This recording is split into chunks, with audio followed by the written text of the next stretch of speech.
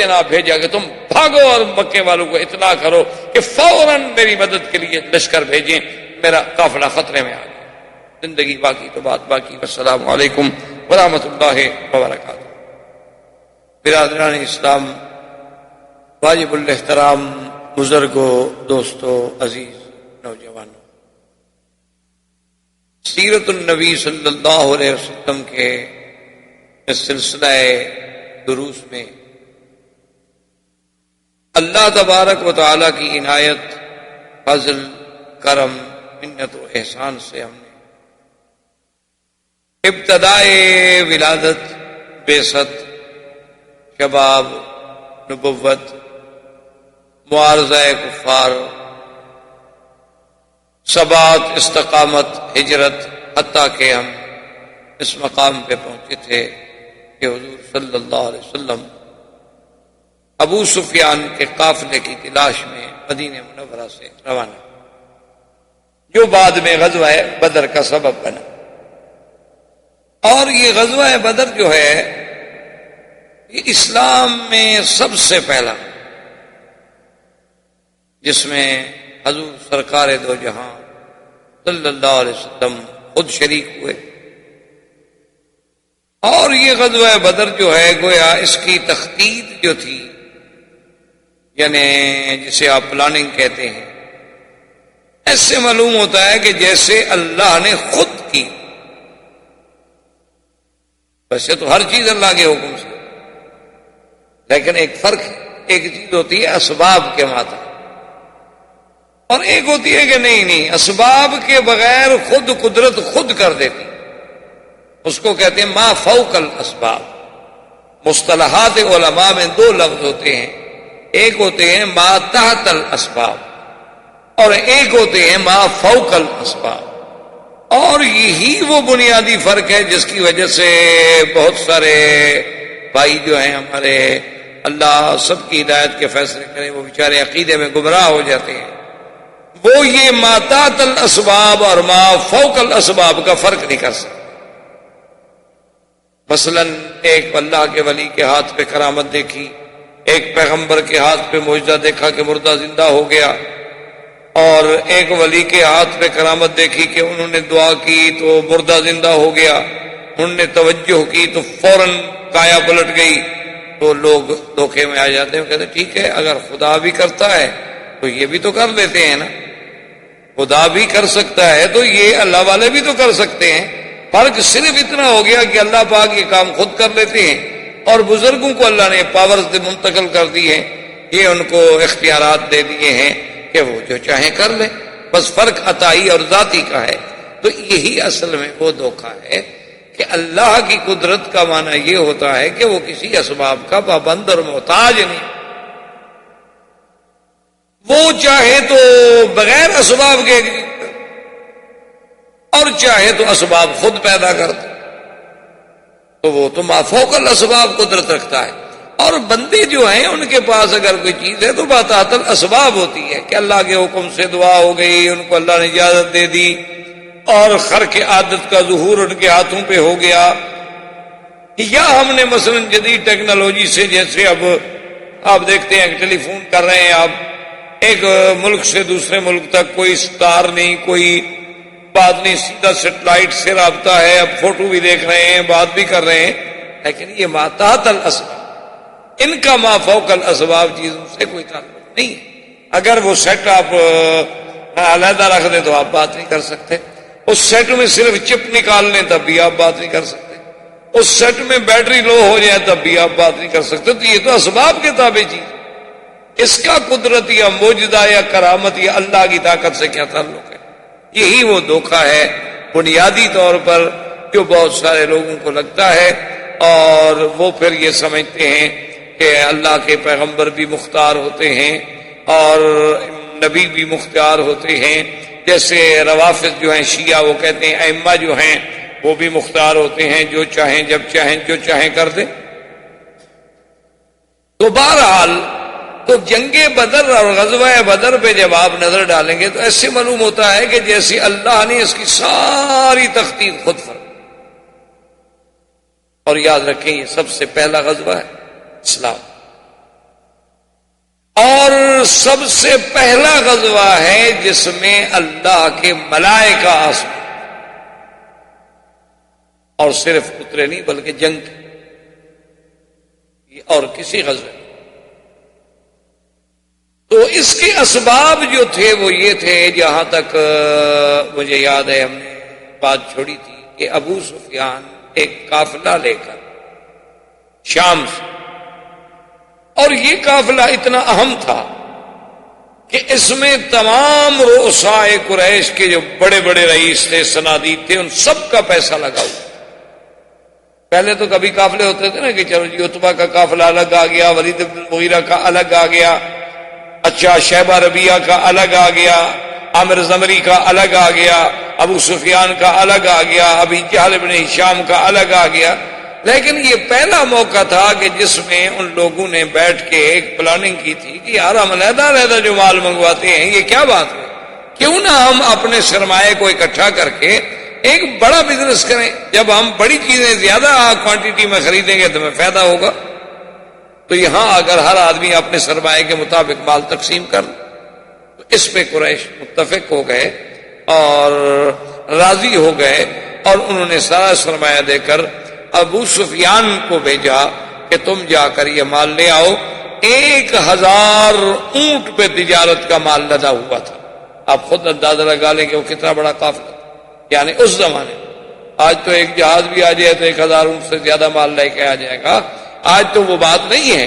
سوال یہ ہوتا ہے کہ اس دور میں جس دور کی ہم بات کر رہے ہیں 1400 سال پہلے، تو اس وقت کے اعتبار سے یہ بہت بڑا قافلہ تھا. اور حضور صلی اللہ علیہ وسلم کو جب خبر ملی تو آپ نے بھی اعلان کر دیا ابھی کافر ہیں، دشمن ہیں، دشمن کے لیے تو ہر قسم کا حربہ اور ہر قسم کا قتال جو ہے جائز ہے. اسی لیے مستشرقین جو ہیں اعداء اسلام، خاص طور پہ یہودی اور اس کے بعد نصرانی اور اسی طرح ہندو، انہوں نے اس بات کو بھی بڑا اچھالا. اور دیکھو جی مسلمان تو نعوذ باللہ لٹے رہی ہیں، قافلہ لوٹنے ہی تو جا رہے ہیں.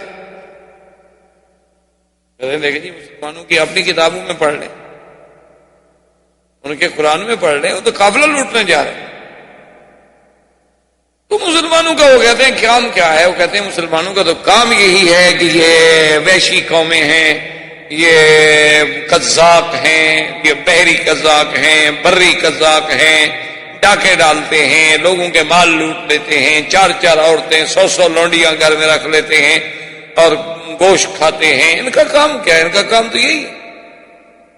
اسی لیے آپ نے دیکھا ہے نا کہ پوری دنیا میں دہشت گرد کی ایک ایسی گردان ہے کہ کوئی دنیا کا چینل کھول لے سب پہ ایک بات، مسلمان بڑا دہشت، بڑا خطرہ، یہ تو بڑا بہت خطرہ. اور اگر مسلمان کی داڑھی ہو تو اور خطرہ، وہ تو پھر بہت بڑا خطرہ. یعنی آپ حیران ہو کہ آپ نے دنیا میں کبھی ایسی منطق پڑھی ہے کہ اگر ایک ملک دوسرے ملک بغیر اجازت کے میزائلوں کی برسات کر دے وہ انصاف، اور ایک آدمی اٹھ کے ان کے 2 بندے مار دے وہ دہشت گرد، اور پورے مسلمان دنیا میں دہشت گرد ہو جاتے. کوسوفو میں، شیشان میں، سربیا میں، کشمیر میں، اسی جگہ آپ دیکھیں اگر مسلمانوں کا خون بہایا جائے، ان کے خون سے ہولی کھیلی جائے، ان کی عزتیں اور عصمتیں نیلام کی جائیں، فوج کے جوان گھروں میں اٹھ کے نوجوان بچیوں کے ساتھ گینگ ریپ کریں، تو کوئی بات نہیں. اور کوئی مسلمان بیچارہ ادھر سے ادھر سے مانگے تانگے سے کو بندوق لے کر یہ لے کر ان کا مقابلہ کرے کہ بھئی اب عزت ہی نہیں رہی، جو ٹھیک ہے مر جاؤ. بھئی جب میری ماں بہن کی عزت میرے سامنے لوٹی گئی ہے، میرے زندہ رہنے کا کیا مطلب؟ ٹھیک ہے مر جاؤ، بڑی طاقت ہے، ہم اس کو شکست نہیں دے سکتے، ٹکرا تو سکتے ہیں نا، اپنی جان تو دے سکتے ہیں نا، اس سے تو کوئی رکاوٹ. وہ دہشت گرد ہے. وہ دہشت گرد ہے، بہت بڑا دہشت۔ دیکھو جی، اور مسلمان وہاں، اچھا جو ان کو پیسے، وہ بھی دہشت گرد ہے، پیسے دیتے ہیں ان کو۔ بھئی تم اگر 6 لاکھ باقاعدہ کافروں کی مسلح فوج رکھ کے ان کے گھروں میں ظلم و ستم کے پہاڑ توڑ ڈالو، تم تو امن کر رہے ہو، اور کوئی آدمی اپنی بیٹی بہن بیا کی عزت و عصمت کے لیے ٹکرا جائے، وہ دہشت گرد ہے۔ یہ یعنی خود دیکھ لیں کہ خرد کا نام جنوں رکھ دیا، اور جنوں کا نام خرد، جو چاہے تیرا حسن کرشمہ ساز کرے، کیونکہ طاقت ہے اپنے پاس۔ اچھا، اور جناب اگر کوئی آدمی، کوئی مسلمان کسی پاسپورٹ کے مسئلے میں، کسی معاملے میں پکڑ جائے، پوری دنیا کے چینل کھل جائیں گے، اور اپنے 15,000 پاسپورٹ، کل میں پڑھ رہا تھا کہ ایک اسٹیٹ سے 1 سال میں چوری ہوئی۔ مسلمانوں کے علاقے میں اگر کسی کی کوئی بٹوا بھی چوری ہو جائے نا، وہ چینل پہ آ جائے گا۔ ان کے ملک میں آپ جائیں گے ایئرپورٹ پر، زبردستی ہاتھ سے بریف کیس چھین لیتے ہیں، ہاتھ سے۔ وہاں کوئی نہیں بولتا، وہاں بالکل ٹھیک ہے سر، بالکل اوکے، سب ٹھیک ہے، کوئی بات نہیں۔ یہاں ہمارے ایئرپورٹ پر اگر ایک جہاز کے لیے کچھ یعنی 1 گھنٹہ لگ جائے، 1.5 گھنٹہ لگ جائے، 2 گھنٹے لگ جائے، چیخنا شروع ہو جائیں گے، کہیں گے یار کیا بدو لوگ ہیں جی، چائے پیتے رہتے ہیں، اترا بڑھاتے رہتے ہیں، پڑھنا نہیں آتا، دیکھو نہیں وہ دیکھ نہیں رہے تھے آپ کیسے ہاتھ مار رہا تھا کمپیوٹر پہ۔ اور ان کے ایئرپورٹ پہ اترے آپ، لائنوں میں پھرتے پھرتے 3 گھنٹے ذلیل ہو جائیں، لیکن وہ سفید چمڑی ہے، بولیں گے نہیں آپ۔ دیکھو جی سسٹم تو ہے نا جی۔ اب اس کا کیا علاج؟ جب مسلمان اتنا مرعوب ہو جائے، جب مسلمان کی نظروں میں کافر اتنا غالب آئے، جب مسلمانوں کی نظروں میں یعنی اس قدر ظلم اور انصاف کا کوئی درمیان میں حد فاصل بھی نہ رہے، اور حق کے باطل میں کوئی امتیاز ہی نہ رہے، تو آدمی کسی کو کیا سمجھائے؟ بڑا چیختے ہیں کہ دیکھو جی حضور پاک اللہ کے نبی وہ تو قافلہ لوٹنے جا رہے تھے، نعوذ باللہ لٹیرے۔ یہ نہیں سوچتے کہ جن کو مکے سے نکالا گیا، اخرجوا من دیارہم واموالہم، جن کے مال چھین لیے گئے، جن کے گھر چھین لیے گئے، جن کے بچے چھین لیے گئے، جن کی اولادیں چھین لی گئیں، اور جو ہجرت پہ مجبور ہو گئے، کبھی حبشے کی طرف، کبھی مدینہ منورہ کی طرف، جنہیں انگاروں پہ لوٹایا گیا، جنہیں سولیوں پہ لٹکایا گیا، وہ تو ہے منصف، ان کا قافلہ نہیں لوٹنا چاہیے تھا۔ مسلمان قافلہ لوٹ رہا ہے، حالانکہ یہ تو ایک انصاف ہے، عقل ہے۔ حتیٰ کہ آج بھی ہمارے فقہا کے فتویٰ ہے کہ مثال کے طور پر آپ ایک کمپنی میں کام کرتے ہیں، اس کمپنی نے آپ کے ناجائز تنخواہ میں سے مثال کے طور پر 1,000 ریال ناجائز ظلماً مار لیا ہے، فقہا نے فتویٰ دیا ہے کہ اگر کسی دوسرے طریقے سے آپ کو ان کے مال سے اتنے پیسے مل سکتے ہیں تو لے لیں آپ بغیر پوچھے، کیونکہ وہ تو تمہارا حق ہے، وہ تو تمہارا مال ہے، تم اپنا لے رہے ہیں۔ تو اگر مسلمان یہ سوچ کر کے بھئی یہ ان کے قوافلے ہیں، اور سب سے بڑی چیز جو ہے آدمی کی اقتصاد پر ضرب ماری جائے تاکہ مکے والے کمزور ہوں اور ہمیں کوئی بدلہ ملے، ہمارے پاس کوئی طاقت بنے، ہمارے پاس کوئی قوت بنے، تو اس میں کون سا ڈاکہ تھا بھائی؟ یہ کہاں سے لٹیرا پن تھا؟ تو بہرحال حضور صلی اللہ علیہ وسلم آپ نے اعلان کر دیا کہ بھئی ابھی سفیان کا قافلہ جا رہا ہے، جو نکلنا چاہتے ہوں اپنی خوشی سے میرے ساتھ چلیں، جو نہ چاہیں تو تقریباً 313 اور بعض روایات میں ہے کہ 314 آدمی حضور کے ساتھ روانہ ہوئے۔ حضور صلی اللہ علیہ وسلم بھی چل رہے ہیں، اور بالکل قسم پرسی کا عالم ہے، کوئی جنگ کا تو کوئی ارادہ ہی نہیں تھا، اس لیے نہ گھوڑے ہیں نہ اونٹ ہیں، بس گزارے کی باتیں ہیں، نہ تلواریں ہیں، نہ زرہ بند ہیں، نہ ڈھال ہیں، یعنی بعض صحابہ کے تو پاؤں میں جوتا بھی نہیں، پیدل چل رہے۔ تلاش کرتے کرتے ابو سفیان کو بھی ڈر تھا کہ ہم چونکہ شام کے آتے تھے نا مدینہ کے راستے سے، کہ ہم مدینہ منورہ کے حدود سے گزر رہے ہیں، لازمی بات ہے کہ مسلمان تو ہمارے خیر خواہ تو ہیں نہیں، نہ ہم ان کے خیر خواہ ہیں، تو دشمن کو تو حق ہے، تو کہیں ایسا نہ ہو کہ ہمارا قافلہ لٹ جائے۔ تو وہ بھی اپنے آدمی دوڑا کے آگے آگے خبریں لیتا تھا، 5-5 10-10 میل اس کے آدمی آگے چلتے تھے کہ خبر تھی کہ اس راستے میں تمہیں کوئی حرکت، کوئی فوج، کوئی چیز تو نظر نہیں آئی۔ تو بہرحال اس کو آیا ابو سفیان خود، اس نے دیکھا کہ 2 لڑکیاں بیٹھی ہوئی باتیں کر رہی ہیں۔ اس نے پوچھا کہ یہاں کوئی آیا؟ تو کہا 2 بندے آئے تھے، باتیں کر رہے تھے، ہم نے سمجھا کوئی نہیں۔ انہوں نے کہا اچھا وہ کس پہ سوار تھے؟ انہوں نے کہا اونٹوں پہ سوار تھے۔ انہوں نے کہا اونٹ کہاں بٹھائے تھے؟ انہوں نے کہا اس جگہ۔ اس نے جا کے اونٹوں کے گوبر کو جو دیکھا تو اس میں گٹھلی ملی۔ کہنے لگا ہاں اولئک ناس من المدینہ، یہ لازماً مدینہ منورہ کے لوگ ہیں، جو کہ اونٹوں کو گٹھلیاں جو ہے صرف وہی کھلا سکتے ہیں، اور کوئی عرب ایسا نہیں جو اونٹوں کو گٹھلی کھلاتا ہو۔ تو صاف ظاہر ہے کہ مدینے سے ہمارا تعاقب ہو رہا ہے۔ تو ابو سفیان نے ایک شخص تھا جس کا نام تھا ضمضم، اس کو کہا کہ بھئی تم فوراً تیز رفتار اونٹ لے لو، اور اس تیز رفتاری کے ساتھ فاصلہ طے کرو اور پہنچو مکہ مکرمہ، خبر کرو کہ میرا قافلہ جو ہے خطرے میں آ گیا۔ لازماً مکے والے جو ہے فوراً وہاں سے لشکر بھیجیں، فوج بھیجیں، مدد بھیجیں، تاکہ قافلے کو ہم امانت و حفاظت کے ساتھ لے جا سکیں، لیکن تم نے ایسا اونٹ لینا ہے اور سفر میں کہیں آرام نہیں۔ بڑے بڑے عجیب قسم کے اونٹ ہوتے، اب بھی ہمارے یہاں سہارا میں، آپ کے ہاں ہندوستان راجستھان میں، ہمارے یہاں سندھ کے سہراؤں میں، اسی طرح پنجاب کے سہراؤں میں اب بھی وہ اونٹوں کی عجیب عجیب نسلیں ملتی ہیں۔ یعنی میں نے خود دیکھا ہے، اونٹوں پہ سفر بھی کیا ہے۔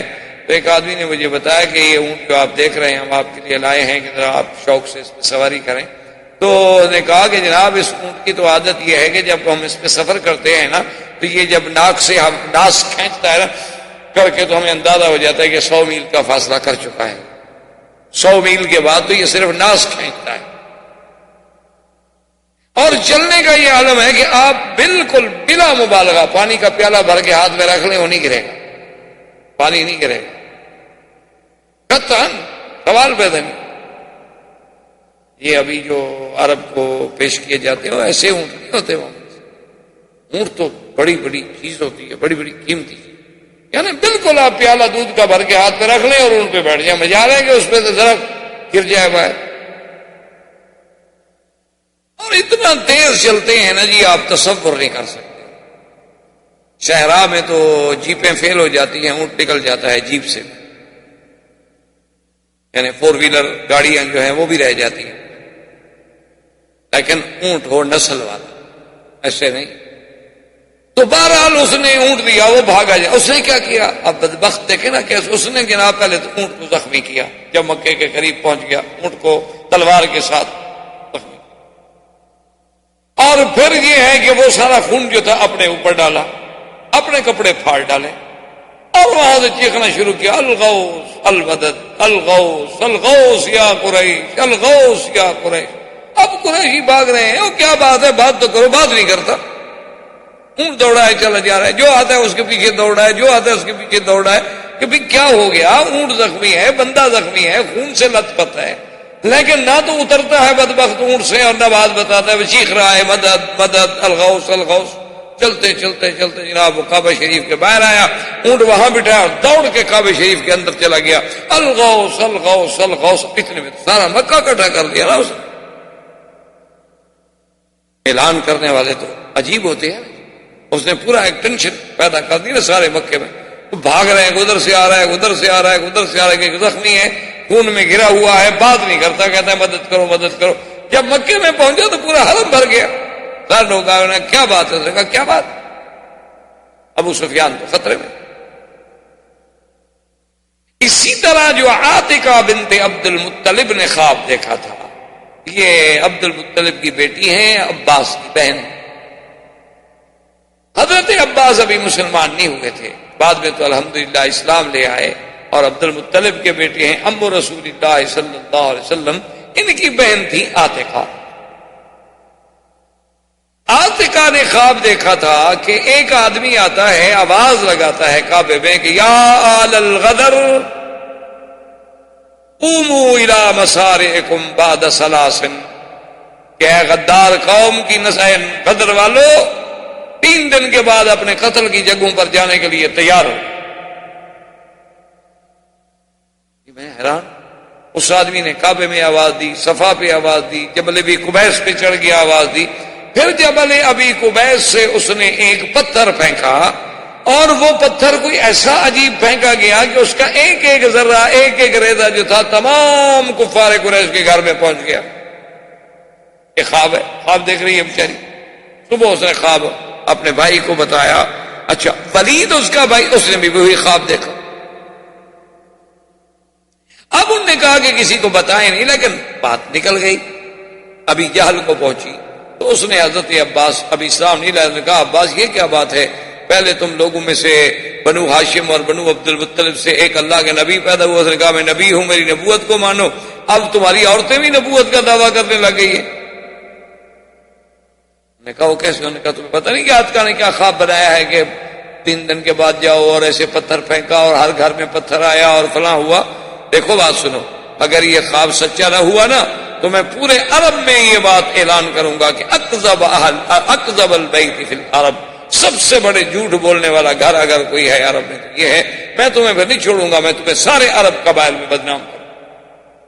بعد نے کہا ابھی مجھے نہیں پتا، تم جانو خواب جانو۔ اب ابھی 3 دن نہیں گزرے تھے کہ جناب یہ زمزم پہنچ گیا۔ اب سوچ میں پڑے کہ کیا بات،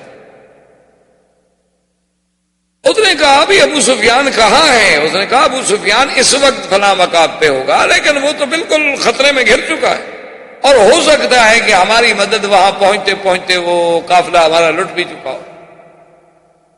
وہ ابھی جہل نے، سب نے، عتبہ، عتیبہ، شیبہ، ربیعہ، ابی لہب، امیہ بن خلف، سب کٹے ہو گئے۔ انہوں نے کہا قریشیو تیار ہو جاؤ، ہر قریش کا قبیلہ جو ہے نکلے اپنے اپنے جوانوں کے ساتھ، اور سواریاں، ہتھیار سب مکمل تیار کر لو۔ تو بہرحال یعنی یہ یہاں سے تقریباً بعض روایات میں 990 آدمی ہے اور بعض میں 1000 آدمی ہے، 1000 کا قافلہ، اور بڑے لڑاکا لوگ، اور گھوڑے 200 تو صرف گھوڑے تھے ان کے، یعنی باقی ہر آدمی 1000 آدمی اپنے اپنے اونٹ پہ ہے، کسی ایک اونٹ پہ 2 آدمی بھی نہیں۔ 1000 اونٹ جو ہے وہ تو باقاعدہ سواری کے لیے، 200 گھوڑا احتیاط کے لیے ساتھ ہے، اور اس کے بعد گانے والیاں اور کائنات اور مغنیات اور اصحاب الرایات، یہ طوائفیں جو تھی نا یہ جھنڈے والیاں کہلاتی تھی، کیونکہ جھنڈا لگا لیتی تھی گھر پہ تو لوگوں کو پتہ لگے کہ یہ طوائف، تو اس لیے ان کو صاحبات الرایات کہا جاتا تھا۔ تو یہ بھی ساتھ لے لی گئی، یہ گائیں گی اور ہماری مجلسیں ہوں گی، اور اگر جنگ ہوگی تو پیچھے سے ہمیں ترانے گا گا کے ہمیں جو ہے وہ قوت دیں گی، طاقت دیں گی ہمیں لڑنے کے لیے، کہ آدمی مست ہو جاتا ہے نا، عرب لڑکیاں شعر پڑتی ہیں نا، بزدل ہو کے گھرا ہو گے تو کس کو منہ دکھاؤ گے، عجیب عجیب اشعار پڑتے، تو پھر وہ جان فشانی سے لڑتے تھے۔ تو یہ پوری تیاری کے ساتھ قافلہ نکلا۔ ابو لہب نہیں گیا، اس نے اپنے بدلے میں ایک بندہ بھیجا، اس کو پیسے دیے کہ تم میری طرف۔ امیہ بن خلف جو ہے اس نے بھی بہانہ بنا لیا، اس نے کہا کہ میں نہیں۔ اچھا امیہ بن خلف کیوں نہیں گیا؟ کہ اس کو ایک آدمی نے بتلایا تھا کہ اللہ کے نبی محمد مصطفیٰ تیرے لیے بد دعا کر رہے ہیں، اور فرما رہے تھے کہ امیہ بن خلف جو ہے یہ قتل بڑی بری موت۔ اس نے کہا اچھا انہوں نے کیا بتایا تھا کہ مکے کے اندر مرے گا یا مکے سے باہر مرے گا؟ اس نے کہا یہ تو نہیں بتایا، البتہ یہ بتایا تھا کہ بڑی بری موت مرے گا۔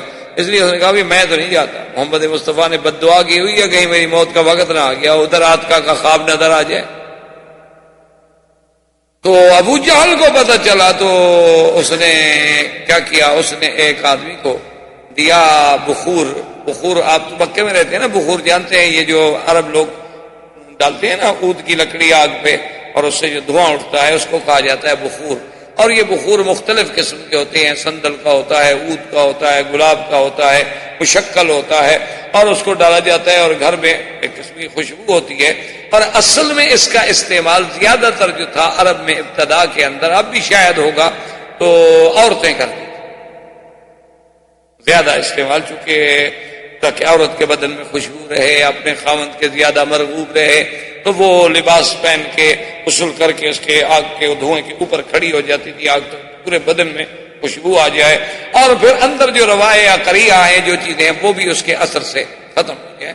تو اس نے اونٹ جلا کر باقاعدہ امیہ بن خلف کو بھیجا اور کہا تبخر یا امیہ، کہ بڑا خاص اونٹ بھیجا ہے ابو جہل نے تمہارے لیے. انہوں نے کہا کیوں؟ انہوں نے کہا بھی تم تو عورتوں والی بات کر رہے ہو نا، ڈر کے مارے بدل کے لیے نہیں نکل رہے ہو، تو گھر میں بیٹھو بخور لگاؤ عورتوں والا کام کرو. باہر تو مرد جاتے ہیں تلوار سے لڑنے والے، بخور لگانے والے تھوڑا لڑیں گے. جیسے آج کل حالت ہے ہماری، اللہ معاف کرے، اللہ پاک یعنی دعا کریں کہ خاص طور پہ اللہ عرب کو ہر فتنے سے محفوظ رکھے، کیونکہ یہ تو اتنے بیچارے آرام پسند ہو گئے، ایئر کنڈیشن کے بغیر نہیں کھڑے ہو سکتے، لڑیں گے مٹی. یعنی جو آدمی ایئر کنڈیشن کے بغیر ایک منٹ نہ گزار سکتا، گاڑی میں بیٹھے میرے خیال میں اگر ان کے بس میں ہو نا تو گاڑی بعد میں سٹارٹ کریں اور اے سی پہلے سٹارٹ کریں. کٹھا تو اب بھی کر لیتے ہیں، ایک ہی سوئچ کے ساتھ کٹھا سٹارٹ ہوتا ہے، لیکن اگر کوئی ایسا سسٹم ہو کہ بھئی اے سی پہلے سٹارٹ ہو، اور بڑے لوگ تو خیر اب وہ سارا کچھ ان کے پاس ریموٹ پہ ہوتا ہے، وہ گھر سے نکلنے سے پہلے گاڑی سٹارٹ کر دیتے ہیں تاکہ اے سی سٹارٹ ہو اور ہم جب پہنچے تو گاڑی ٹھنڈی ہو چکی ہو. یہ نہ ہو کہ ہم بیٹھے ہوئے پھر انتظار کرتے رہیں کہ کب ٹھنڈی ہوگی. تو اس قوم کا کیا ہوگا؟ اللہ حافظ. اسی لیے شورش نے کہا تھا نا کہ یا مولا یا رب، یہ کیسی قوم ہے کہ جن کی ابتدا ام اسماعیل سے ہوئی تھی اور انتہا ام کلثوم پہ. ایک ایسی تجھ کو بتاؤں میں تقدیر ام کیا، شمشیر و ثنا اول طاؤس و رباب. ایسے تو نہیں اقبال بیچارہ روتا گیا. تو بہرحال کہنے کا مقصد یہ ہے کہ جناب انہوں نے اپنے قافلے کو نکالا. اچھا خدا کی شان ہے، اب ادھر سے بھی قافلہ چل رہا ہے 314 کا. اچھا ان کے ذہن میں تو کوئی لڑائی کا سوال ہی نہیں ہے، کوئی لڑائی کا تصور ہی نہیں ہوتا. قافلے کے لیے نہیں کر رہے ہیں، قافلہ مل گیا ٹھیک ہے، نہیں ملا واپس چلے جائیں.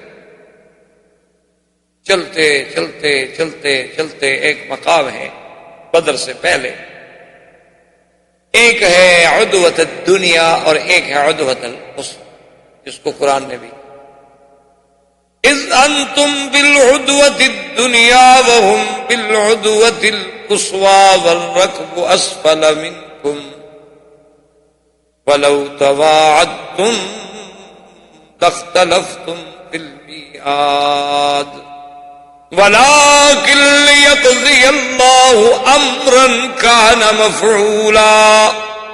اللہ نے فرمایا میرے بدری صلی اللہ علیہ وسلم، جب تم عدوہ دنیا جانب شمال میں اور کافر عدوہ قصویٰ جانب جنوب میں،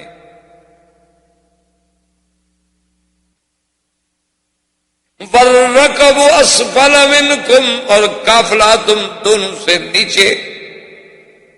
کیسے انتظام ہم نے کیا کہ تم ادھر ہو، کافر ادھر ہیں، قافلہ نیچے ہے سمندر کی طرف. اللہ نے فرمایا لو تواعدتم لاختلفتم فی المیعاد، اگر تم آپس میں پروگرام بنا کر بھی کوئی پروگرام لڑائی کا بناتے تو ضرور ایک دوسرے سے آگے پیچھے ہو جاتے. ایسا نہ ہوتا، ہو سکتا ہے وہ نہ آتے، ہو سکتا ہے آپ لیٹ ہو جاتے. وَلَٰكِن لِّيَقْضِيَ اللَّهُ أَمْرًا كَانَ مَفْعُولًا. اللہ پاک جو چاہتے ہیں، جو فیصلہ کر لیتے ہیں، جو قضا کر لیتے ہیں، پھر وہ ہو کے رہتی ہے. یہ تو ہمارا فیصلہ تھا کہ ہونا چاہیے. لِيَهْلِكَ مَنْ هَلَكَ عَن بَيِّنَةٍ وَيَحْيَىٰ مَنْ حَيَّ عَن بَيِّنَةٍ، کہ جس نے برباد ہونا ہے وہ بھی دلیل کے بعد، سمجھ کے بعد. یہ نہ کہے کہ مجھے پتہ نہیں، پھر سمجھ کے جان بوجھ کے برباد ہو. اور جس نے زندہ رہنا ہے اور اسلام قبول کرنا ہے وہ بھی حق کو باطل دیکھ اچھی طرح. یہ نہیں زبردستی قبول کرے، نہیں، حق کو باطل واضح ہو. ہم کھولنا چاہتے. اور جناب جب یہ مکے سے نکلے تو ان کو ایک فکر ہو گئی، کیونکہ قریش نے بنو کنانا کا ایک آدمی قتل کیا تھا، اور بنو کنانا جو تھے وہ انتقام لینے کی انتظار میں تھے کہ ہمیں قریش کا بندہ ملے اور ہم بھی قتل کر. یہ تو قبائل میں پھر ہوتا ہے. وہاں تو یہ تصور نہیں ہے کہ بھئی آدمی مر جائے اور وہ چھوڑ جائیں، بھول جائیں. عجیب لوگ ہوتے ہیں ان کے، یعنی آپ سوچ نہیں سکتے. ایک آدمی کے والد کو قتل کیا گیا، اس کا بیٹا پڑھا لکھا ٹھیک ٹھاک تعلیم یافتہ، تقریباً پتہ نہیں ایم اے تھا یا کیا تھا، وہ وہاں سے بالکل ابھی بچہ تھا، کالج سے نکلا، اور اس وقت وہ کالج میں تھا جب اس کے باپ کو قتل کیا گیا۔ وہ کالج سے ہی وہیں سے اس کو ماں نے کہا کہ اب بیٹا تم یتیم ہو گیا، تمہارا کوئی بھی نہیں بچا ہے، جو رشتہ دار ہیں وہ بہت دور کے رشتہ دار ہیں، اب تو تمہاری اپنی جان خطرے میں ہے، تم کسی طرح باہر نکل جاؤ۔ تو جو کچھ ماں کے پاس پیسہ پونجی تھی بیچاری نے زیور بیور بیچ بوچھ کے اس کو دی، اور وہ جرمنی نکل گیا۔ جرمنی جا کے پتہ نہیں اس نے کتنی بڑی بڑی ڈگریاں حاصل کی، وہ کتنا تعلیم میں آگے بڑھ گیا، اور جناب آپ حیران ہوں گے کہ وہ تقریباً کوئی 23 سال گزرنے کے بعد اب دنیا بھول گئی، اس کی ماں بھی مر گئی، کچھ نہیں رہا پیچھے۔ 23 سال گزرنے کے بعد وہ وہاں سے واپس آتا ہے اور آ کے باقاعدہ کلاشنکوف خریدتا ہے، 2 آدمی کرائے کے قاتل اپنے ساتھ لیتا ہے، اور جن لوگوں نے اس کے باپ کو مارا تھا ان کے 13 بندے جا کے مار دیتا ہے۔ 23 سال کے بعد وہ پڑھا لکھا، لیکن وہ دماغ سے وہ بات نہیں نکلی، مگر باپ کا بدلہ تو لینا ہے، ورنہ لوگ کیا کہیں گے اتنا بغیرت بیٹا تھا کہ اپنے باپ کے خون کا بدلہ بھی نہیں لے سکتا، کیسی اولاد، یہ قبائل میں نہیں ہوتا ہے۔ تو بہرحال تو اس نے اب جناب ان کو خیال آیا ابو جہل کو کہ اب جا تو رہے ہیں ہم بدر کی طرف، مدینے کی طرف، اس وقت تو بدر کا تصور نہیں تھا نا، وہ تو راستے میں آ رہے تھے بھی قافلے کو بچانا ہے، قافلہ جہاں ملے، رابق ملے، بستورہ ملے، کسی جگہ مل جائے، ان کو تو پتہ نہیں تھا کہ اللہ کی فیصلہ ہمارا بدر میں ہونا ہے۔ تو اس نے کہا ہم جا تو رہے ہیں لیکن جب مکہ خالی ہو جائے، ہم تو سب لوگ جا رہے ہیں، اور بنو کنانا اگر آگے مکے پہ حملہ کر دیں، ہماری عورتیں ہی اٹھا کے لے جائیں تو ہم کیا کر لیں گے، ان سے تو ہماری بنتی نہیں، جنگ ہے ہماری۔ تو شیطان ابلیس لعین جو ہے نا ایسے موقعوں کی انتظار میں رہتا، وہ فوراً سراقہ ایک سردار تھا قبیلہ کا، اس کی شکل میں آیا اور ابو جہل کو آ کے ملا، کہنے لگا ابو جہل لماذا تردد، کیوں ڈر رہے ہو، کیا بات؟ اس نے کہا سردار بات ٹھیک ہے، ہمارا بنو کنانا سے جھگڑا ہے، ہم جو سارے باہر جا رہے ہیں اور بنو کنانا والے مکے پہ حملہ کر دیں، مکہ تو خالی۔ انہوں نے کہا مت گھبراؤ، انی جار لکم، میں جو تمہارا ہمسایہ ہوں میں نگرانی کروں گا، مکے پہ میں حملہ نہیں کرنے دوں گا۔ اس نے کہا اس کا تو تم فکر نہیں، مکے پہ تو کوئی قبیلہ نہیں ہے، یہاں تو میں پہرا، اگلی بات ہے بڑا اچھا موقع ہے اور پہنچو، قافلہ لٹ گیا برباد ہو جاؤ گے، 1000 اونٹ ہے اور مسلمانوں کو اگر 1000 اونٹ تجارت کا مال مل گیا تو کیا سمجھتے ہو خاموش مدینے میں بیٹھ رہیں گے؟ وہ تو غریب ہیں، مجبور ہیں کہ ان کے پاس طاقت نہیں، دولت نہیں، ورنہ یہ تھوڑا ہے کہ مسلمان کے پاس ضمیر نہیں، ایمان نہیں۔ ابو جہل نے کہا ہاں بات تو تمہاری ٹھیک ہے، چلو نکلو۔ اب جناب یہ یہاں سے چل پڑے، قافلے نے، ابو سفیان نے بڑی عقل مندی کا ثبوت دیا، اس نے اپنے قافلے کو ایک غیر معتاد راستے سے بالکل سمندر کے قریب کر دیا۔ آپ دیکھیں نا کبھی پرانے راستے سے مدینہ منورہ جائیں، رابق کے راستے سے، آپ کو سمندر نظر آتا ہے باقاعدہ، اسی کنارے پہ آپ چل رہے ہیں، تو اس نے اپنے قافلے کو اور زیادہ سمندر کے قریب کر دیا اور پہاڑوں کی اوٹ میں آ گیا، اور راستہ غیر معتاد تھا، تو اب نہ تو مسلمانوں کو پتہ چل رہا ہے قافلہ کہاں ہے، اور نہ ان مکے والے تو خیر یہاں سے نہیں کر رہے۔ حضور صلی اللہ علیہ وسلم حضرت ابو بکر صدیق رضی اللہ تعالی عنہ کو لے کر اسی تلاش میں نکلے اور چلے کہ ہم دیکھیں کہ قافلہ کہاں ہے، کو پتہ چل جائے۔ راستے میں آتی ہیں، اسی بدر کے راستے میں تو سڑک کے کنارے ایک بوڑھا آدمی بیٹھا ہوا ہے، بدو ہے بوڑھا، اس کو آ کر ملے، آپ نے پوچھا کہ بھئی تمہیں کوئی خیر خبر، قافلے کا کوئی پتہ؟ اس نے کہا کہ بات یہ ہے کہ میرے جو معلومات ہیں مجھے پتہ چلا ہے کہ قافلہ جو ہے اس کا تو ہمیں پتہ نہیں حقیقت میں کہ کدھر، لیکن یہ مجھے پتہ چلا ہے کہ زمزم ابن عمرو جو تھا اس نے مکے والوں کو اطلاع دے دی ہے، اور وہاں سے 1000 کی تعداد میں لشکر جرار جو ہے وہ نکل، اور میں یہ سمجھتا ہوں کہ فلاں تاریخ کو لشکر مکے سے چلا ہے، اس کا مطلب یہ ہے کہ وہ عدوۃ القصویٰ کو پہنچ چکا ہو۔ اور اس نے کہا اسی طرح مجھے یہ بھی پتہ چلا ہے کہ مدینہ منورہ سے بھی حضور صلی اللہ علیہ وسلم کا ایک قافلہ جو ہے چلا ہوا ہے، اور جو میرے علم میں ہے کہ فلاں تاریخ کو مدینے سے نکلے ہیں تو وہ میرا خیال ہے کہ ادوت الدنیا پہ پہنچ گئے، یعنی اندازہ کریں اس بوڑھے کی تخطیط کا اور دماغ کا کہ بھئی اگر ایک قافلہ اونٹوں پہ چلے مدینے سے تو کہاں پہنچا ہوگا، اور مکے سے چلے تو کہاں پہنچا، اور عین وہی جگہ بتائی۔ اس نے کہا کہ مکے والے تو پہنچے ہوں گے ادوت القصویٰ کے پاس، اور مدینے والے پہنچے ہوں گے ادوت الدنیا کے پاس۔ تو اب جب وہاں آ گئے تو کچھ صحابہ حضور کی خدمت میں آئے، انہوں نے کہا کہ یا رسول اللہ کہ ہمیں اس جگہ نہیں رکنا چاہیے، اور دو آدمیوں سے معلومات بھی حضور کو ہو گئے کہ بھئی قافلہ جو ہے وہ آ تو رہا ہے لیکن اپنے راستے پر نہیں، محتاط طریق پر نہیں ہے، معلوم یہ ہوتا ہے کہ اس نے اور زیادہ سمندر کی طرف اختیار کر لیا ہے۔ انہوں نے کہا حضور ہمیں یہاں نہیں رکنا چاہیے جہاں ہم رکے ہوئے ہیں ادوت الدنیا کے پاس، کہ یہاں کو پانی نہیں، ہم چاہیے کہ ہم ایسے مقام پہ جائیں کہ جہاں پانی، تو یہ وہاں سے پانی کے لیے چلے اور بدر میں پہنچے۔ اللہ کو منظور، اللہ نے جو بدر کو شان دے دی کہ قیامت تک بدر کا نام جو ہے قرآن میں پڑھا جائے گا، قیامت تک بدر کا نام جو ہے وہ زندہ رہے گا، تاریخ کے ماتھے پہ اسلام کا ایک عظیم جومر، عظیم غزوہ، عظیم فتح، یوم الفرقان۔ تو یہ ماہ بدر پر پہنچے، اور اس صحابی نے ایک اور مشورہ بھی دیا، اس نے کہا کہ یا رسول اللہ ہم ایسا کریں کہ اور جو چھوٹے چھوٹے یہاں چشمے ہیں، کنویں ہیں، ان سب کو ہم بند کر دیں، تاکہ اگر واقعی کوئی کافروں کا لشکر آ بھی رہا ہے تو ان کے پاس پانی نہیں ہوگا، ہمارے پاس پانی ہوگا۔ یہ اپنی طرف سے حضور نے فرمایا ہاں ٹھیک رائٹ، اور اللہ نے آسمانوں سے بارش کی۔ اللہ کی شان ہے، دیکھیں قرآن پاک نے خود اس نقشے کو بیان کیا۔ اذ یغشکم النعاس امنة منه وينزل عليكم من السماء ماء ليطهركم به ويذهب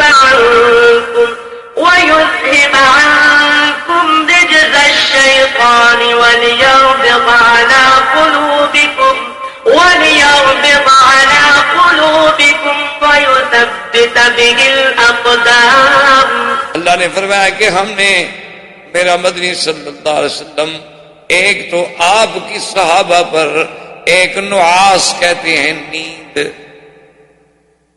مسلم، اور دوسرا ہم نے آسمانوں سے بارش برسا دی۔ کیوں؟ تاکہ وہ زمین ٹھنڈی بھی ہو جائے، جم بھی جائے، چلنے میں بھی آسانی ہو، اور یہ نیند، یہ پانی، یہ رحمت کیوں کی؟ تاکہ تمہارے دلوں میں اگر کوئی چیز شیطانی وساوس ہیں تو اللہ ان کو بھی دور کر دے۔ اور ہم نے یہ کر دیا لِيَرْبِطَ عَلَىٰ قُلُوبِكُمْ، اس نیند کو بھیج کر ہم نے آپ کے دلوں کو مضبوط کر دیا۔ وَيُثَبِّتَ بِهِ الْأَقْدَامَ، اور زمین کو جما کے ہم نے موقع دیا کہ آپ قدم جما کے لڑ سکیں۔ یہ سارا انتظام اللہ کی قدرت خود کرتی جا رہی ہے۔ ابو جہل نے بھی دو آدمی بھیجے، اس نے کہا کہ تم نکلو پتہ کرو کہ بھئی وہ کیا ہوا۔ تو بہرحال تھوڑی دیر کے بعد ابو سفیان کی اطلاع پہنچی مکے والوں کو، اس نے کہا دیکھو بھائی میرا قافلہ تو نکل گیا، اب مسلمان مجھ پہ حملہ نہیں کر سکتے، کیونکہ تم بدر میں آ گئے ہو، ادوت القصویٰ پہ پہنچے ہوئے، اور میں تو اس سے اور زیادہ مکے کی طرف نکل گیا ہوں نا، تو مسلمان تو اور ادھر ابھی مدینے کی طرف ہیں، تو اب وہ آپ کے لشکر کو عبور کر کے تمہارے ساتھ نہیں لڑ سکتے، آگے لشکر بیٹھا ہوا 1000 کا، تو لہذا قافلہ صحیح سلامت نکل گیا ہے۔ اور میری رائے یہ ہے کہ تمام سرداران قریش جو ہیں دوبارہ غور کریں، واپس آ جائیں کہ اب لڑنے کی کیا ضرورت ہے، مقصد تو قافلے کا تحفظ تھا، قافلہ تو نکل گیا۔ جب پتہ لگا بنی زہرہ کو کہ قافلہ چلا گیا، انہوں نے کہا بھی ہم بھی واپس جاتے ہیں، ہم کیوں لڑیں بھی خام خواہ بلا وجہ، اب مسلمانوں کو کیوں ڈھونڈیں ہم۔ بنو ہاشم کو پتہ چلا، انہوں نے کہا بھی بات تو ٹھیک ہے، ہم آئے تھے قافلے کے تحفظ کے لیے، ہمارا قافلہ خیریت سے چلا گیا، اب ہم کیوں خام خواہ جائیں اور مسلمانوں کو تلاش کرتے پھریں کہ جی تم کہاں ہو کہاں ہو کہاں ہو۔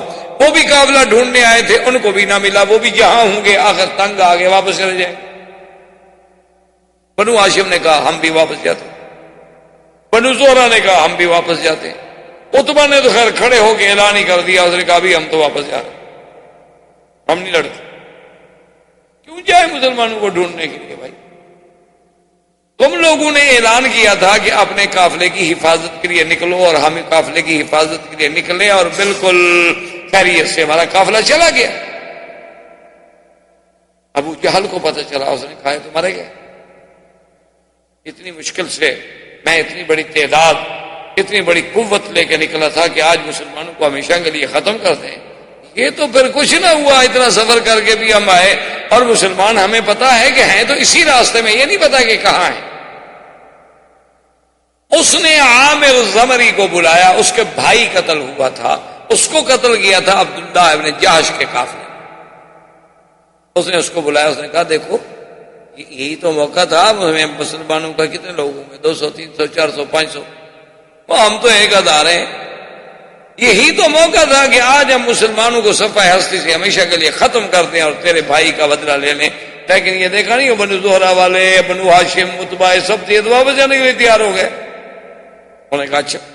اس نے جناب اپنے کپڑے پھاڑے، پٹی اٹھا کے سر پہ ڈالی اور آگے جناب رونا شروع کر دیا اور چیخنا شروع کر دیا کہ مکے والو تم بڑے غدار، تمہارا بیٹا مر جاتا، تمہارا بھائی مر جاتا، تم بدلہ لیے بغیر کبھی واپس نہ جاتے، بیٹا چونکہ میرا بھائی مرا تھا نا اس لیے تمہیں اب واپسی یاد آ گئی ہے، تو اتفاق سے آئے ہیں مسلمانوں کے، ہم قریب ہیں، اس کو چل دو۔ اب انہوں نے جب غیرت دلائی سب پھر رک گئے، چلو ٹھیک ہے جی تلاش کرتے ہیں مسلمانوں۔ 2 آدمی گئے تھے تلاش کے لیے ابو جہل کے، مسلمانوں نے ان کو پکڑ لیا۔ وہ جب پکڑے گئے ان سے پوچھا مسلمانوں نے کہ بھی تم کون ہو؟ انہوں نے کہا ہم قریش کے ساتھی ہیں۔ انہوں نے کہا نہیں تم ابو سفیان کے قافلے کے آدمی؟ نے کہا نہیں ہم قافلے کے آدمی نہیں ہیں۔ اب مسلمان نے ان کو مارنا شروع کیا۔ حضور صلی اللہ علیہ وسلم نماز پڑھ رہے تھے، آپ نماز سے فارغ، آپ نے فرمایا عجیب بات، جب وہ سچی بات کرتے ہیں تو مارنا شروع کر دیتے ہو، جب جھوٹ بولتے ہیں چھوڑ دیتے ہیں ان کو۔ وہ تو ٹھیک کہہ رہے ہیں، وہ ابو سفیان کے قافلے کے آدمی نہیں ہیں۔ حضور نے فرمایا اچھا ٹھیک ہے، تم ابو جہل کے قافلے کے لوگوں کتنے آدمی ہیں مکے سے جو لے کے نکلا ہے؟ وہ آدمی بڑے سمجھدار تھے، انہوں نے کہا کہ جی یہ پتہ نہیں ہیں بہت سے آدمی۔ انہوں نے فرمایا کوئی اندازہ؟ انہوں نے کہا جی اندازہ کوئی نہیں، ہم تو بدو لوگ ہیں، ان پڑھ لوگ ہیں، جاہل لوگ ہیں، ہمیں تو انہوں نے بھیجا تھا کہ ادھر جاؤ مدینے سے کوئی قافلہ لڑائی کے لیے نکل رہا ہے، اس کا پتہ کرو۔ ویسے بہرحال قریش کا بہت بڑا لشکر ہے لیکن پتہ نہیں۔ خیر تھوڑی دیر کے بعد اس وقت پوچھا کہ اچھا روزانہ کتنے اونٹ ذبح ہوتے ہیں؟ انہوں نے کہا جی روزانہ جو ہے نا جی 10۔ حضور نے فرمایا اچھا اس کا مطلب ہے کہ 900 اور 1000 کے درمیان ہے تمہارا لشکر، کیونکہ ایک اونٹ جو ہے 100 آدمی کو پورا ہو سکتا ہے کھانے والے کو۔ جب 10 اونٹ روز کے ذبح کیے جاتے ہیں تو معلوم ہوتا ہے کہ تمہارا 1000 کا لشکر ہے۔ انہوں نے کہا جی ہمیں یہ نہیں پتا۔ حضور نے فرمایا اچھا ان کو نہ مارو، ان کو چھوڑ دو، ان کا کیا ہے، یہ تو مامور ہیں، ڈھونڈ رہے ہیں، جیسے ہم ڈھونڈ رہے ہیں یہ ویسے ہی ڈھونڈ رہے ہیں۔ ان کو چھوڑ دیا۔ انہوں نے جا کے بتلایا، اب دونوں قبیلوں کو پتا چلا کہ بھئی اب تو بالکل قریب ہیں، ہم صرف کوٹی لے کے ادھر ہیں پہاڑوں کے اور ہم ادھر ہیں، ہم تو بالکل قریب آ گئے، بالکل عین درمیان میں تو کوئی فاصلہ ہی نہیں۔ اب ابو جہل نے اپنے لشکر کو للکارا اور حضور صلی اللہ علیہ وسلم کی ذات مبارک کو بھی یقین ہو گیا کہ اب تو جنگ ہونی۔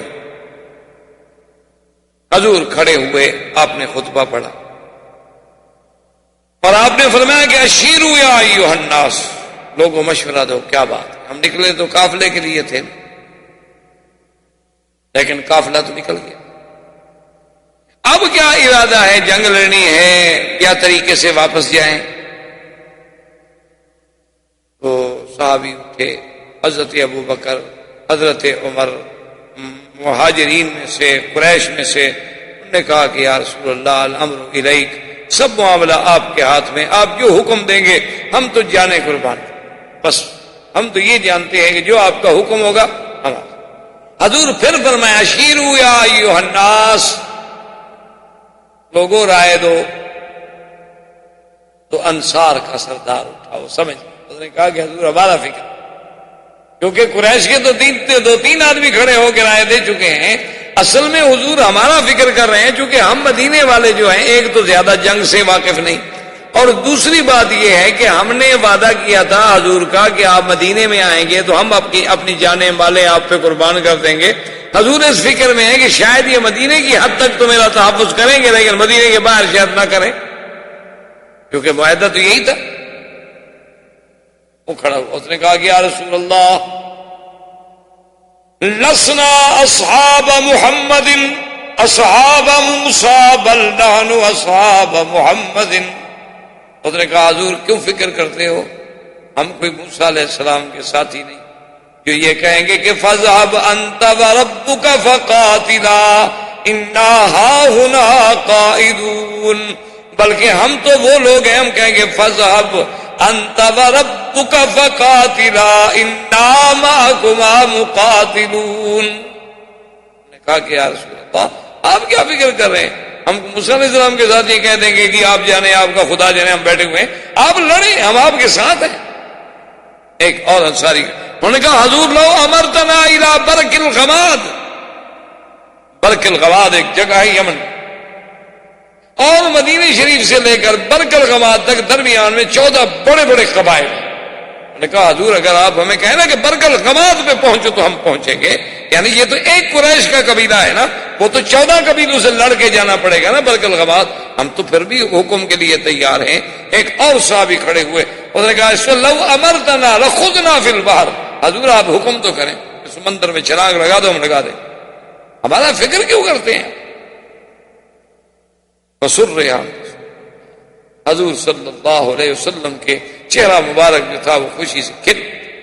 حضور نے فرمایا کہ اللہ تم لوگوں کو جزائے خیر دے, یہی تو آزمائش کی گھڑیاں ہوتی ہیں جن میں مومنوں کا ایمان اللہ آزماتے ہیں. تو آپ لوگوں نے جس ایثار کا اور جس قربانی کا اظہار کیا ہے وہ مجھے میرے لیے خوشی کا باعث ہے. لیکن میں ایک بات بتا دوں, مجھے بھی اللہ کی طرف سے اشارات ملے ہیں, فتح تو تمہیں ہوگی, گھبرانے کی کوئی بات نہیں. یا تو ہمیں قافلہ ملے گا یا پھر ہمیں یہ مال غنیمت ملے گا ان سے, اللہ ہمیں خالی نہیں بھیجیں گے مدینہ سے. ان دو چیزوں میں سے ایک چیز ہمیں ملے گی.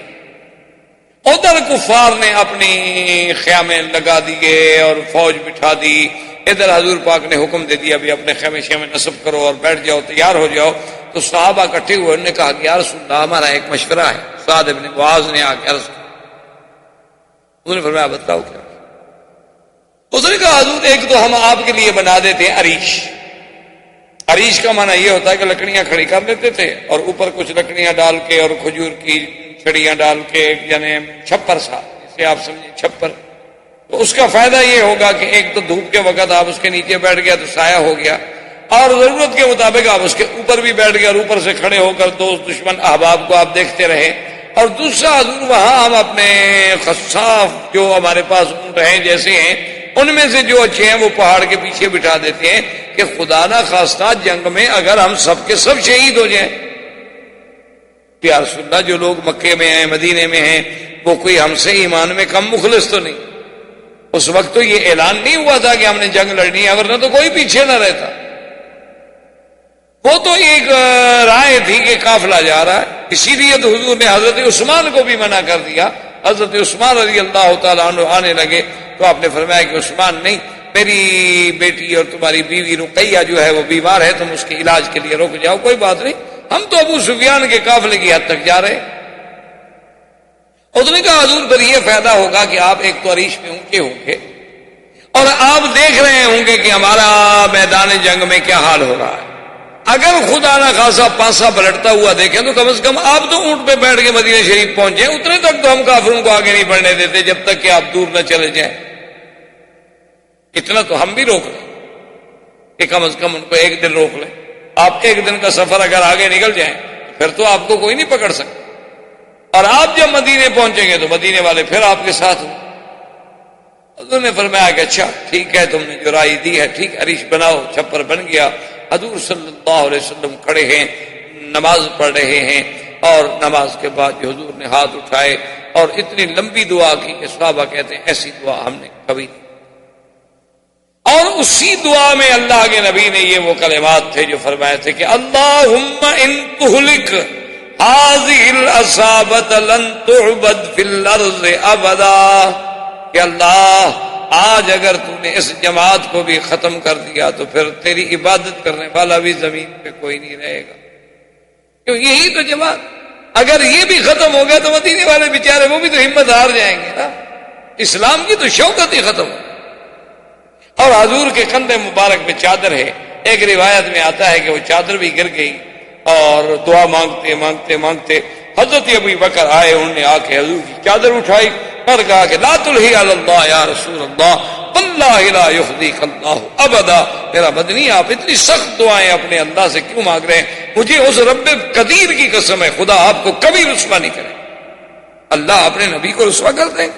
حضور آپ کیوں فکر کریں؟ آپ کوئی فکر نہ کریں، اللہ آپ کی نصرت کریں. حضور صلی اللہ علیہ وسلم دعا سے فارغ ہوئے، آپ کا اطمینان قلب ہوا، اور اس کے بعد جو ہے اب مرگے کی کیفیت جو تھی وہ بالکل ایسے ہو گئی کہ ادھر آپ خود سوچیں 1000 آدمی ہو اور سامنے 313 آدمی ہو تو کیا مقابلہ کیا ہوتا ہے. تو حضور نے حکم دیا کہ بھئی وہ جو عام ہوتا تھا نا جی، پہلے جو جنگوں کے طریقے ہوتے تھے وہ یہ ہوتا تھا کہ یہ میمنہ ہے، یہ میسرہ ہے اور یہ درمیان، یعنی جنگیں جو ترتیب دی جاتی تھی نا کہ ایک فوج جو ہے وہ دائیں طرف سے بڑھے، ایک فوج جو ہے وہ میسرہ سے بڑھے، ایک فوج جو ہے وہ سیدھی چلے گی، تاکہ وہ دونوں بازو جو ہیں وہ مدد کرتے چلے جائیں گے اور دشمن کو گھیرے میں لیتے لیتے لیتے لیتے اس کے پیچھے آ گئے. اور کچھ لوگ ہوں گے جو اپنے فوج میں، اپنے مسکر میں، اپنے مقر میں اس کا کنٹرول کریں گے، حفاظت. اب یہ تو بالکل یعنی ایک عجیب سی بات تھی نا کہ کہاں 1000 کا لشکر جرار اور ہر آدمی ان کا مقاتل، ہر آدمی جنگجو، اور کہاں حضور صلی اللہ علیہ وسلم کے صحابہ اور نا تجربہ کار جنہوں نے کبھی جنگ بھی نہیں دیکھی. لیکن حضور نے حکم فرمایا کہ ایسا کرو کہ ایک ہی سب بنا لو لمبی، بس اب میمنہ میسرہ کا کوئی وقت نہیں، ایک سب بنا کے دشمن کے سامنے کھڑے ہو جاؤ، پھر اس کے بعد جو ہے ہم جنگ کی ابتدا کریں گے. اور اللہ تبارک و تعالیٰ آپ کو بھی مجھے بھی صحیح راستے پہ قائم رہنے کی توفیق دے، اور اصحاب بدر کا جذبہ، ایمان، محبت، استقامت نصیب فرمائے. والسلام. برادران اسلام، واجب الاحترام بزرگوں، دوستوں، عزیز نوجوانوں، سیرت رسول پاک صلی اللہ علیہ وسلم کے ضمن میں ہمارے یہ دروس کا سلسلہ کئی ہفتوں سے جاری ہے الحمدللہ.